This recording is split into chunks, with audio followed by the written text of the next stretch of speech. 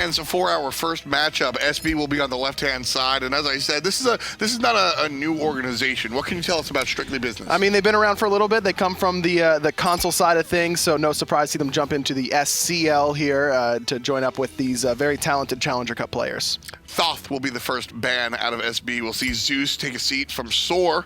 Sylvana's also going to be banned out. So a lot of similar stuff to the PC side of things. Yep. As the Ratatasker ban comes out as well.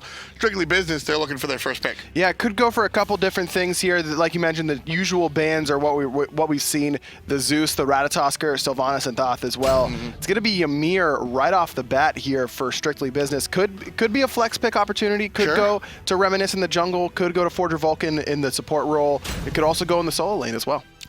I think it's very interesting. Ymir, I don't think it's a bad pick. I don't think it's a terrible pick. It's just an interesting first pick. I think there are perhaps some more impactful, more ambiguous characters to choose over Ymir. But SoaR go for the Susano and the Medusa. Yeah, so that's going to be in the jungle there for Kaden. Kaden moving over from the PC Challenger Cup scene along with the new solo laner for SoaR, Medieval Doc. Those are going to be that jungle and solo combination SoaR. And then Zaxi probably for that Medusa in the Hunter role, though we have seen a little bit of Medusa mid in the past. Wouldn't be too surprised to see Shaliber pull that out, though I don't know if that really feels like a Shaliber god to me. Yeah, Shaliber's much more the traditional mage type guy, I think. Medusa will be a good look wherever she winds up. Apollo likely to line up in the long lane next to the Geb, and they'll be dealing with a Ra in the mid lane, so that solidifies the fact that Zaxi will be that Medusa player. It's kind of surprised to see Strictly Business immediately kind of show their hand that Ymir is not going to be in that support role and then lock in the Geb. Maybe they were a little bit scared that SoaR was going to take it away themselves, but this really tells SoaR Gaming that it isn't going to be Ymir support, obviously, because Geb cannot jungle. Poseidon banned out here by SoaR Gaming next to the Odin and Bacchus and Kepri. So a whole lot of protective players going to be banned out here. Mid lane Poseidon obviously will be banned out. Arlong Shen is the selection for SoaR. That's probably going to be in the solo lane for Stormy, or no, Stormy Ray is actually playing support now, and so we could see that in the support role. We know he likes this character, played it a lot during his time in solo before. Wouldn't be surprised to see him lock it up. Excellent long-range setup with that Ra. We've seen it time and time again. Now Arlong Shen does not have that cripple on the pin, so Vulcan is going to be able to backfire, Apollo going to be able to use the moves, Willish going to be able to jump off Suku, but it is that root and can really, really punish a character like Ymir, who looks like to be going out of the solo lane here. A Willish really going to work with Strictly Business. You've got Geb, you've got Apollo, even Vulcan has a little bit of a knock-up. Xing Chen on the side of SoaR Gaming will round out their roster. So pretty tanky on the side of SoaR, even tankier for SB. Yeah, I like both these drafts. I think that the real draft for SoaR really focuses on how well can Shaliber position, how well can he heal the team, and then how on point are his snipes from a distance. Zaxi's going to be bringing some good AoE damage. Susano going to be bringing some good AoE damage, but that single target burst that SoaR is lacking is really squarely on the shoulders of Shaliber with this draft. Strictly Business versus SoaR. Let's get it going. And it is going to be Nickwood on this Ymir solo. We've seen a couple of the console solo laners really start to enjoy this Guardian in the solo lane. Wolves was one of the first ones to pull it out quite some time ago, and now Nickwood taking a page out of Wolves' book, going for that Ymir in the solo lane, and it is going to be Stormy Rays with Arlong Shen for the support role. So like I mentioned, definitely excellent setup in the mid lane for Ra. I think that's why you see it in the support, because he'll spend more time in the middle lane than the solo laner will early on. Medieval Doc just there to be that additional frontline Guardian sort of in-your-face tank. I'm really expecting Shaliber to come out on top when it comes to this Ra. Shaliber showed us last season that he was really strong playing with players like Chapo and Uzi, taking your spot, honestly, on this SoaR roster, who has completely changed, and this is now kind of Shaliber's team. Really once was, I mean, Uzi and Brochacha. Now this kind of belongs to Shaliber, so really has to take up the heavy reins of the squad. I would say it's between Shaliber and Stormy, the two guys who were on this roster previously. Stormy, a pretty good leader in his own right, and has been around the scene for a long time, knows how to win correctly. Shaliber definitely has a lot of potential here, though I think that he still has to find exactly what his God pool is is going to be, because that was the big knock on him last season, was that his God pool was very limited, and we didn't really see him on Raw at all last season. So this is if this Raw pick works out, that's definitely a sign in the right direction for SoaR. Yeah, right away I was excited to see his God pool kind of expand. I think Shalaber showed us that he's a good player. He really has the start there. There are some things, mainly God pool, like you said, that we need to see develop over the course of the year. And I think that it's going to be a strong look for SoaR. Across the way on SB, I think you look at, teams like, you look at players like Nikwid, and you look at Forger Vulcan, and these guys are a good start. How do you think the entire roster of SB does for the rest of the season? I mean, they looked pretty good in the relegation period. They were definitely the second best team after my guys coming out of that process. But sometimes we see these teams that look really good against other relegation teams come to the SCL, play against the big boys, and realize that they aren't quite ready yet. But they've got a good amount of experience. Like you mentioned, Nikwid spent a lot of time on Elevate last season rather. Forger Vulcan, a sub for Aware, cousins with Kenshin actually, so knows how those guys did and was able to watch that and sub in for them when needed as well. So if guys like Mr. Teep and Keji can kind of learn from their experience, then Strictly Business could absolutely get off to a good start here. Reminisce as well, didn't mention him, but he came to LAN with Elevate. They didn't have the performance they wanted at the fall finals, but got that ever so important LAN experience. Yeah, Nikwid's always impressed me by his dedication to the game and the scene.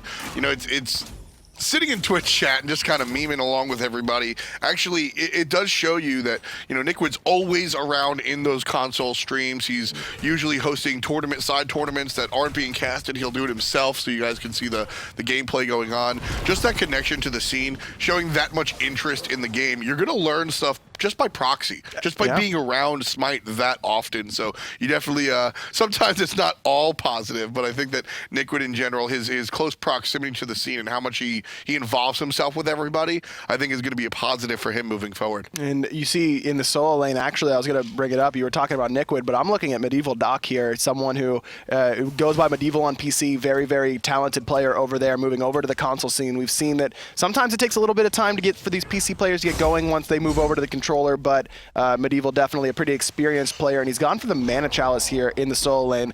That tells me that he expects to get invaded often. He doesn't expect to get that blue buff a whole lot, and is just willing to kind of hold that L for his team, and that tells me that SoaR is going to want to focus that left side of the map and prioritize getting those buffs more so than the right side. I mean, especially when you're the Xing Chen. Xing Chen already has issues going into his jungle and securing his own stuff, and then when you look across the way and see a character like Ymir, I mean, Ymir is probably the go-to Guardian if you want to be able to secure buffs, right? He's got big burst damage with the carpet. Obviously, the ultimate, if you absolutely need to, can do work, and you get the worst situation, you have the freeze. SoaR gonna rotate over their own jungle while SB is invading. There's a big shot over the top from Mr. Teep. Not enough damage, but Stormy Rays, he's gonna be the first one to fall. Nice meditation coming out from SB to help out just a little bit. Forger Vulcan being chased by Shalaber, and he'll find the last hit of the in-hand, and down goes Forger Vulcan. It's gonna be 1-1 as SB lose their support, but SoaR are the second to score. The three-man freeze there from Nikwid. Wall should be up soon. Caden trying to get the second kill here for SoaR and make it worth it, but Reminisce turns it around on him, and SB, they're the ones walking away with 2 kills in that engagement. Great ultimate over the top by Mr. Teep, set up by an excellent Cataclysm by Forger Vulcan. Gotta give shout out to Shalaber though. The only reason that fight starts to turn in SoaR's way is because he hits a big snipe. Yeah, big damage coming out from the mid lane, and then it's funny, he starts the party for the side of SoaR with the snipe, and then he gets the kill with a basic attack. So little big to little. But in any case, SB wind up picking up the first blood, so they'll be ahead just a little bit, about 500, pretty much just the first blood bounty. SoaR bite back, and SB for a second time get the kill. I didn't think Nikwid was going to get out of there. Yeah, Nikwid looked like he was going to get chased down, but he turns around, hits the big three-man freeze, and neither Caden nor Shalaber had their purification beads up because of that excellent Cataclysm from Forger Vulcan that really got that fight started in SB's favor. And that's what you got to be careful of with this composition that SB's drafted is they've got a lot of beads burners. They've got a lot of knockups into that Awilish ult. Willish can obviously knock you up herself as well. So that's got to be something that SoaR has to be mindful of, is whenever they have those purification beads down, you cannot be anywhere near Geb or Vulcan because it can easily set up a pullback in for Reminisce. I mean, even the Apollo, if he plays it right, Keji can even, you know, start up the knockup. You know, the dash coming out from Apollo does have a knockup component.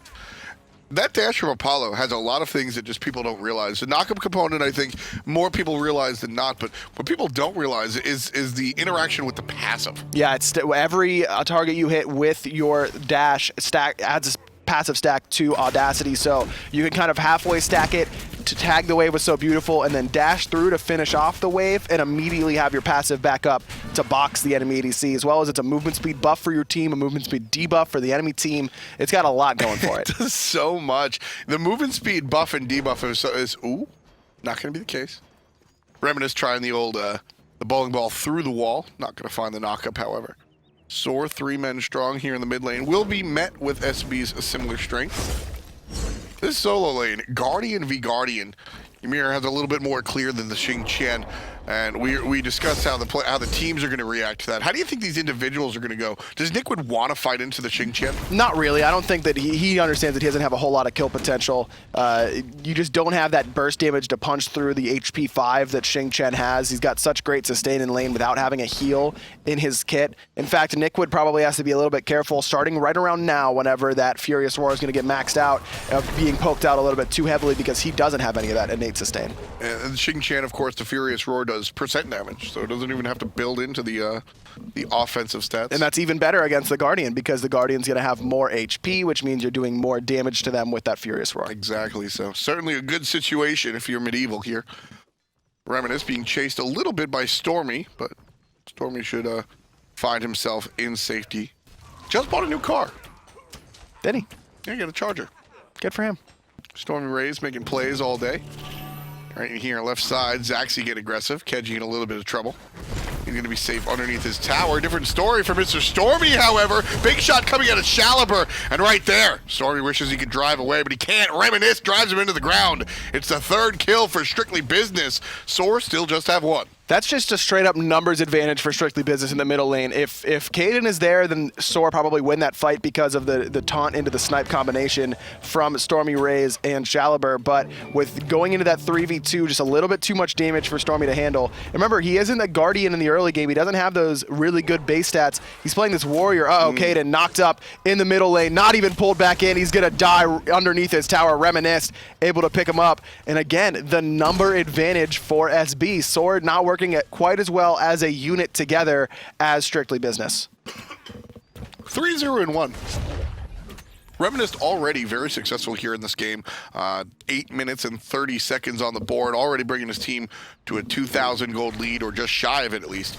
And when I look at that, you know, Reminisce was he's a very quiet person. And last year he was a very quiet player too. Didn't really do too much. He wasn't bad by any stretch of the imagination, but certainly wasn't the type of player to be 3-1 at 9 minutes. No, when we saw him come to land with Elevated the fall finals, I wasn't impressed. We'll put it that way. It didn't strike me as someone to watch out for in season 4. But Reminisce definitely off to a great start so far. His relegation performances were pretty good throughout. And so it doesn't really surprise me too much, though. I did think that SoaR is probably going to have the edge in this matchup just because of the experience on players like Shaliber and Zaxi and Stormy Rays. But early on in this game, SB looking pretty strong. Yeah, I mean, Reminisce, like I said, this is a very good turnaround for him. Last season, you know, he had his missteps, but already off to a quick start. And one, if you're going to play a wheel, is you want to be off to a quick start. Nickwood, off to a poor start, misses everything in his kit. Kaden just there to clear the wave, though, so not too much of a big deal. He's not even worried about ganking, but because of this presence on the right-hand side, SB start up this Gold Fury. There's the Vulcan ultimate, but it's not going to secure it, and Shaliber steals it away and finishes off Forger Vulcan. Fantastic play coming out from the SoaR mid laner. Stormy Rays trying to stay alive, sitting in the heal out of the Ra, but not going to be enough. Keji takes out the enemy support. Still on the chase, comes help from the jungle. Kaden's here trying to help things out, but he gets grabbed on the side. Reminisce finds his 4th kill of the contest, and he finally falls down for the first time. 100% kill participation right there coming out from the SB jungle. Nickwood Interesting play coming out with his wall there, separating himself from the rest of the team. It looked really bad at first, like he trapped himself in, but the map vision coming out from Nickwood is actually really strong. He saw the rotation after the Reminisce kill and walled off himself from the opposition. So what looked to be like a bad play, in all actuality, was a strong, calculated move. And on the other side, it's kind of the opposite for that Gold Fury pull. What looks like a great play for SoaR, and by SCL in particular, really is only a possibility because Strictly Business mishandles that Gold Fury engagement entirely. You just do not have the same damage as Searing Pain early on. The Vulcan ultimate does a lot, but only from a distance. You're not going to be able to find that Gold Fury secure over top of Searing Pain. The door is left open for SoaR to take it. SCL executes it perfectly, not only sealing the Gold Fury, but knocking down Forger Vulcan as well. And even though Reminisce does get a return kill onto Caden, Caden's not worth a whole lot of gold right now, and Reminisce is. Nice little ultimate coming out from Forger Vulcan to chase SoaR off of their own buff. Won't say the same about the ultimate from Mr. Teep.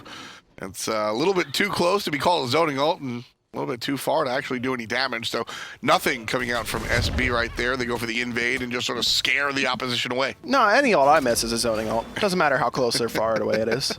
It just denied that particular area that nobody wanted to be in the first place. That's because my ult was there. Okay, all right. I'm seeing the mentality. I'm seeing the thought process. I zone very well. You certainly do. You zone out pretty damn well as well. Only sometimes. Keji here on the Hunter. Zaxi is just taking advantage. And I mean that just by attitude alone.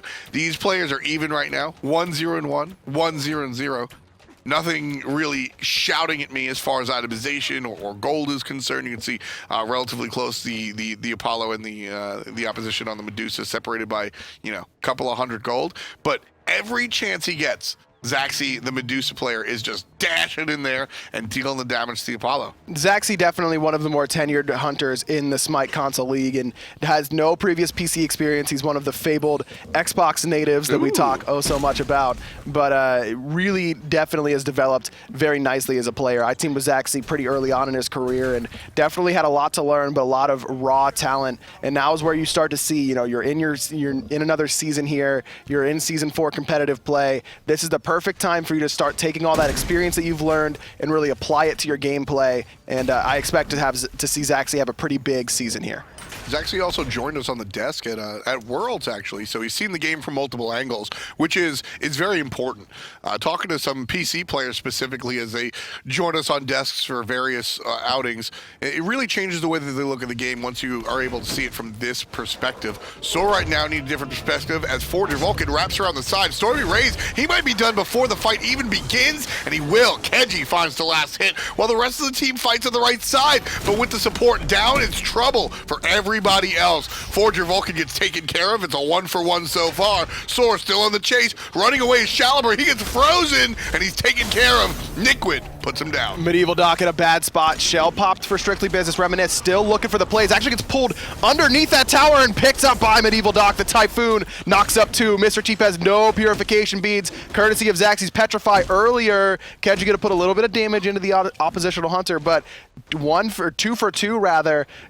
Even fight there between SB and SoaR. I really like the fact that Caden held onto his ultimate for that long. Unfortunately for him in the squad, nothing really came of it, but thinking right there, I really thought they could have at least found one kill. So I'm not sure what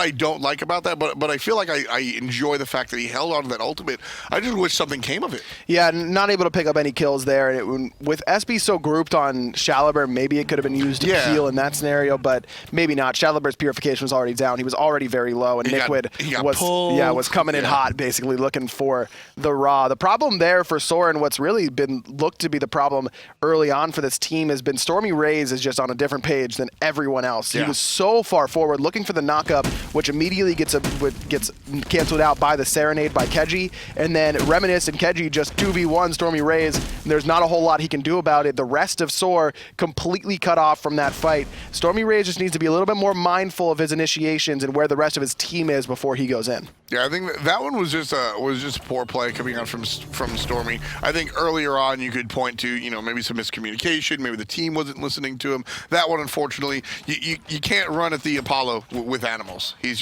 going to mez you out every single time. That's one of those interactions that you just have to have a handle on. Unfortunately, doesn't really work out this time for Stormy Raids over there on the support all along, Shen.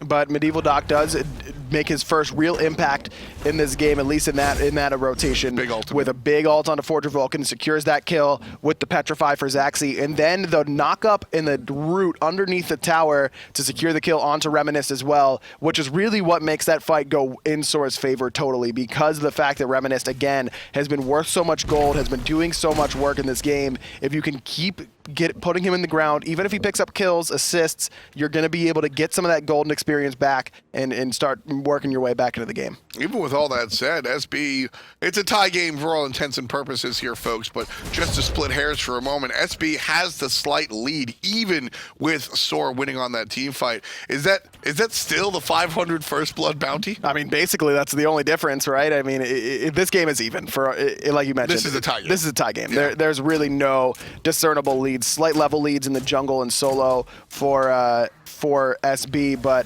outside of that, I mean, Zaxi's got a slight level lead as a Shaliber, so there's your level differential. Basically, it's completely even. Reminisce lurking, trying to find somebody out of position. Nobody seems to be taking the bait, however. SoaR do have a vision here as they venture towards the Gold Fury.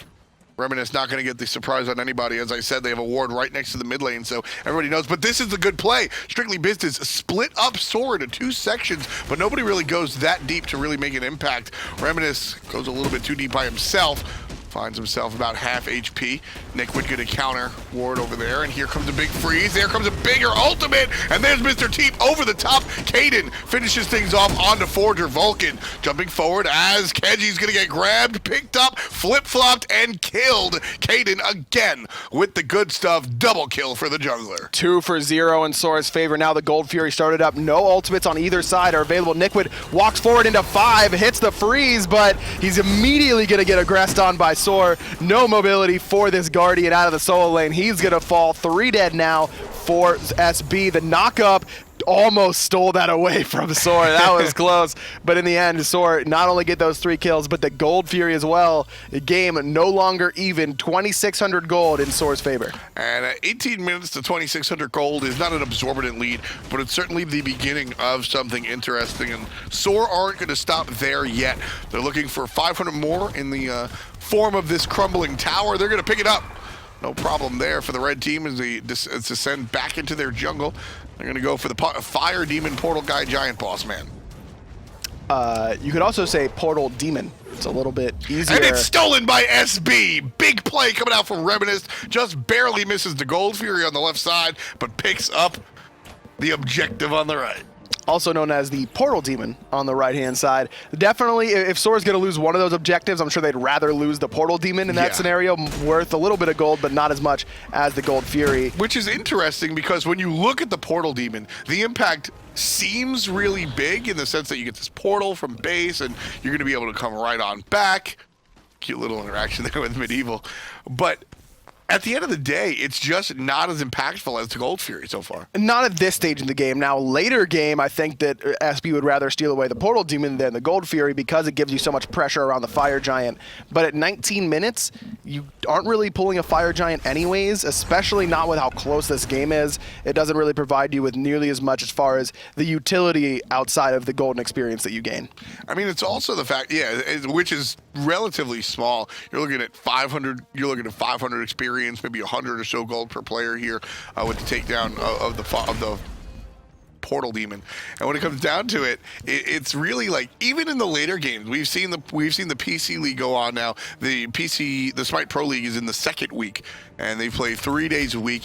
And we keep seeing the Portal Demon just not really utilized, I think, the way a lot of players expected. It's still early in the season, and I think that we have seen a pretty heavy prioritization of that Portal Demon around the time where Fire Giant becomes relevant, but it's just so risky to be fighting around that Fire Giant for anything, because if you lose a team fight there. Not only do you potentially lose the Portal Demon, but you lose the Fire Giant as well, and we all know how potent that buff can be. Yes, yes we do. Yes we do. Fire Giant alone can win some games. We've seen it happen. 8-8, read the kills. Very even game here at the 20-minute mark. SoaR slightly in the lead with about 2,000 gold above their opposition. That's enough to start being aggressive here, and that's what we're going to see. Well, Reminisce winds up getting away, but that's what we're going to see here on the right side of the map, is that SoaR are going to really look to dig their feet in and find something large. Nickwood drops the wall, and he's going to get tagged a little bit by Caliber damage. Nickwood has very little physical protection. He's got no physical protection, actually, outside of Mark of the Vanguard. So Caden should be the one trying to poke him down, not necessarily Caliber, because Nickwood has plenty of magical protection, the Pestilence, as well as that Voidstone taunt onto Forger Vulcan. The snipe gonna hit, but it doesn't do any damage at all. Forger Vulcan gonna be able to walk away pretty easily from those two ultimates. And there's the follow-up. So that idea for SoaR has worked really, really well. It's been Stormy Rays taunting Forger Vulcan into a snipe from Caliber, but now is the time to stop doing that, because he's finished off Pestilence, he's got plenty of magical defense now, and it's going to just not do enough damage like we saw right there. Zaxi right here using his character's wave clear to his advantage. Goes for the burst play, finds the ultimate. Sanctuary is going to be activated for Keji. Now we see Armandusa on the wrong side of the tower. Zaxi dealing with the wave. Is he going to dash in? Is he looking for it? No. Zaxi playing it safe. Will go ahead and back. The opponent Hunter does as well. Got to keep an eye on where Apollo's going to go. He'll head back to lane. Does have that across the sky, so if he needs to be here for this engagement on the right-hand side, he could be, but with SoaR backing up, he's happy to go and try and save his solo tower there. Like you mentioned, Zaxi just playing so aggressive in this lane, and that's exactly what you want to do against Apollo, is keep him from split pushing, keep him from rotating around the map. If you can poke him out consistently, he's not going to be able to make that global impact. And that's exactly what we've seen the Medusa do. This time around, though, Apollo sticking in lane, right side of the map, different story. 3-on-2 here. SoaR with the numbers advantage. Here comes number 4 as Kalen shows up. Nickwood is knocked up. He's slowed. He's dashed through. There's a wall to help out just a little bit, but it doesn't look to be enough. He's turning around, looking for the freeze, Ryan. There's a meditation, and immediately, as soon as that med came out, Strictly Business said, nope. We're done. That's about it. Got it. We got the meditation out. We got a couple ultimates there as well. Caliber just a little bit late on that ultimate. Could have hit Reminisce as well, but only ends up hitting Nickwood, who, again, just has too much magical protection to really be worried about it. Keep an eye on the Apollo on the left side. Likely to get a tier 1 tower. In fact, he definitely will. Here on the right side, different story for SoaR. And mid lane, we see Medusa heading for the mid tower. Right now, it's respondable. If Strictly Business get to the mid tower like Geb is heading there, he might be able to stop Zaxi. But this Apollo, this is kind of a misplay, I think, on Zaxi's part. Medieval does have teleport. That should really be his job to teleport over there and make sure this tower doesn't get cleaned up, if that's the call. Instead, it's going to be SoaR trying to push in and take this fight on the right-hand side, but all they get is 500 gold. Meanwhile, for the team at least, SB got 2,000 gold for the team. Zaxi doesn't even pick up the mid lane tower. Mr. Teep with the close range Vulcan ultimate. Not a lot of damage, but everybody grouped up is going to go ahead and take it right there. Still continuing on with the onslaught is SoaR, finally retreating off of the tier 2 tower on the right side. I think they felt that it was getting a little bit forced. Zaxi still trying to get this middle tier 2. Keji has to use his purification beads because of that pin from Stormy Rays. Tier 2 tower does fall, so SoaR even it up in terms of towers taken in that push, but it took them considerably longer than it did for Keji to snag those two on the left. Exactly, and you know, when it comes down to it, like I said, Zaxi made the rotation into the mid lane at the same time that the Apollo is right around the closer to his tower than the enemies, and so in my opinion, it kind of looks like Zaxi just wound up in the wrong lane. Should Zaxi have been there to defend? Because he certainly wasn't a part of that team fight on the right side. I don't have a problem with Zaxi rotating the middle lane, because that's the standard play for Hunters. Whenever your team is fighting in the solo side, you rotate to middle so that you can either push that, rotate over to the fight, or go back to your lane if necessary. I think SoaR just didn't make a decision quickly enough to really make that whole push worth for them. If they tell Medieval to teleport over to the left-hand side and stop that tier 2 push, great. Then you could probably continue that push on the right-hand side a little bit longer. Just a little bit too hesitant with their decision-making, it seemed like to me. So more of a team call than just the individual playmaking? Yeah, in any sort of situation like that where you're fighting on one side and someone's pushing on the left, that isn't an individual call, that's always a team call. Whoever's your shot caller needs to be the one to tell you who is dictating what's happening at that stage. That when you're grouped up, every call, there's no individual calls anymore outside of team fights. Like, you have to understand where your damage is going and all that kind of stuff, but even that, it's the macro game once you start grouping up. Keji right here looks like he's making his own decisions, and the only decision he wants to make is, I'm going to take that tower, which is honestly exactly what an Apollo needs to be thinking. Double towers on the left-hand side taken while the enemy fights a team fight that amounts in nothing. One tier 1 tower taken on the right side. Well, honestly, nobody does anything. People are just farming up the jungle while the Apollo's doing work. Double stun coming out from the ultimate out of the gap. Big damage coming out from Mr. Teep, and a great wall puts it down. Double kill, 2 kills for Strictly Business so far. Reminisce picks up 1 after the Hunter, and that's going to open up the window for the Gold Fury. Nickwood out here to play zone duty, and Medieval's going to be walled in. He finally finds the jump out. Just an amazing wall by Nickwood. The blink cataclysm from Forger Vulcan directly into the Vulcan ultimate, but the wall is what keeps both Shaliber and Zaxi in there. Keji comes crashing down, nicely timed from him as well. And as a result, Gold Fury goes the way of Strictly Business. Tier 1 tower in middle as well. SoaR just don't have enough damage to stop SB from this siege. Really not, and if they want to get away, they're not going to be allowed to. Nice little setup coming up from Reminisce, still having a fantastic game. 10 out of 11 kills on the board for Strictly Business. Reminisce has been involved in huge play coming out from the jungler. Shell starts up to mitigate any sort of defense. SoaR want to stand on the mid tower. Here comes a taunt out of Stormy Rays, but the Phoenix still alive, 25%, still being focused by the Vulcan player. Knock him, not good enough. Caden gets the kill on the Nickwood, but trading out the solo lane for a Phoenix, that's fine. A solo lane and a Hunter and a mid? How do you feel about that one? Fire Giant is the call here, I think, for SoaR. Shaliber trying to keep Forger Vulcan from backing, though they may need Shaliber's damage on this Fire Giant to make sure it goes their way. Reminisce has stolen away an objective before in this game. I think that SoaR could be a little bit nervous about that, though with how much damage Zaxi is going to be able to do to an objective at this stage, it shouldn't be too much of a problem. Forger Vulcan comes rolling in, no rollout. He's going to be a free kill here for SoaR. He's standing there, gets a nice 4-man knockup, and the Fire Giant kills him, but Zaxi will get credit for the kill.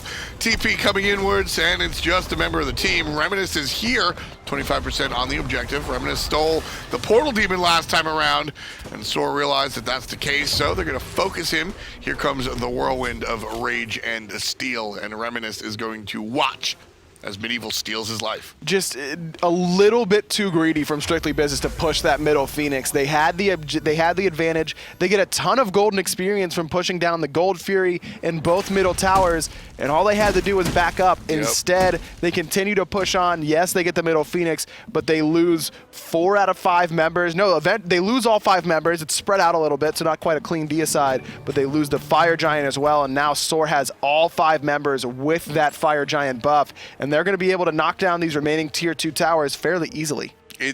Easy is really the word that I was going to say, and the team's relatively even, and then SB off to a little bit of a lead. SoaR snatch it back with a team fight, and now that they have the Fire Giant significantly in the lead, I would say, despite the fact that the gold and the kills are very similar, that Fire Giant puts you up.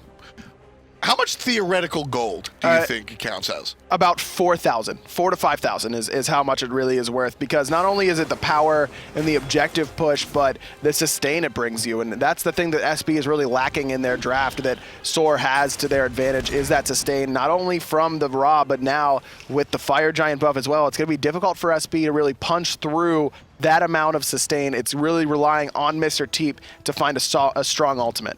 And a lot of these Vulcan ultimates have been relatively short range, limiting the damage that Vulcan can export. Don't forget, the ultimate coming out of Vulcan does more damage the further away he is when he launches it. So if you're up close and personal, it's just not doing the job.